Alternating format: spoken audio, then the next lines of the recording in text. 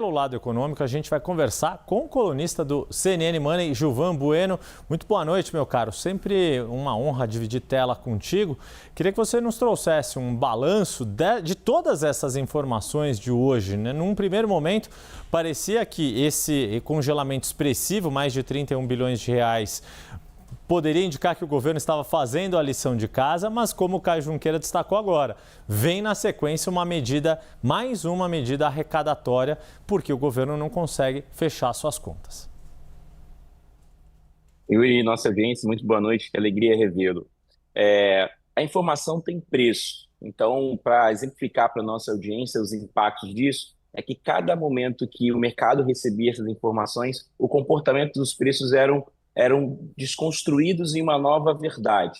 Até às 15h30, quando iniciou ali o diálogo, a Bolsa de Valores estava desenhando uma alta, pequena alta. Assim que saiu a medida, que foram se entender os números, você começou a ter o mercado de ações arrefecendo essa questão do crescimento, de entendendo que essas contas públicas poderiam chegar numa maior responsabilidade fiscal.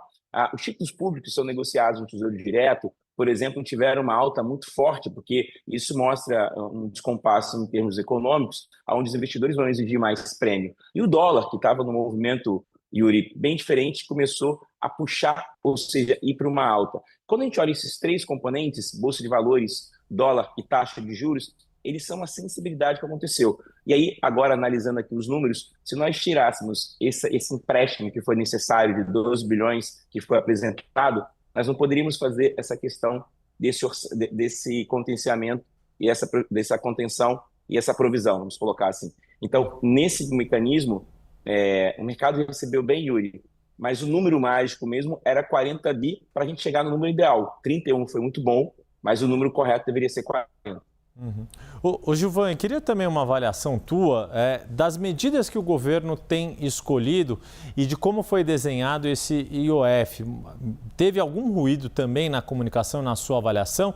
E o quanto ele foi desenhado para tentar não prejudicar, por exemplo, a pessoa física que acaba entrando no cheque especial ou tem um crédito, faz uma operação de crédito, um empréstimo ali para algumas atividades essenciais. Por exemplo, a gente citou ali na nossa reportagem questões ali, créditos habitacionais. E o quanto o governo com isso, a exemplo do que tenta fazer com a isenção do imposto de renda, tenta aumentar a sua capacidade de extrair mais imposto, mais tributos das camadas mais altas, de quem tem altíssima renda no país, quando se fala, por exemplo, de um aporte de acima de 50 mil reais em seguros de vida ou planos de previdência. A gente tinha, pegando no final da sua pergunta, Yuri, nós já tínhamos uma sensibilidade sobre alguém pagar essa conta, que foi com a tarifa social. A tarifa social que vai impactar mais de 40 milhões de brasileiros na parte energética, vai ser financiada para quem tem uma capacidade de pagamento. Sobre o início da sua pergunta, Yuri, sobre esse descompasso das informações, precisamos visitar o passado e lembrar que em outubro nós tivemos assim, uma falha de comunicação muito grande, que era um outro cenário, uma outra questão, mas onde o governo demorou muitos dias para apresentar algumas medidas sobre seus gastos, e isso trouxe uma pressão no dólar muito forte.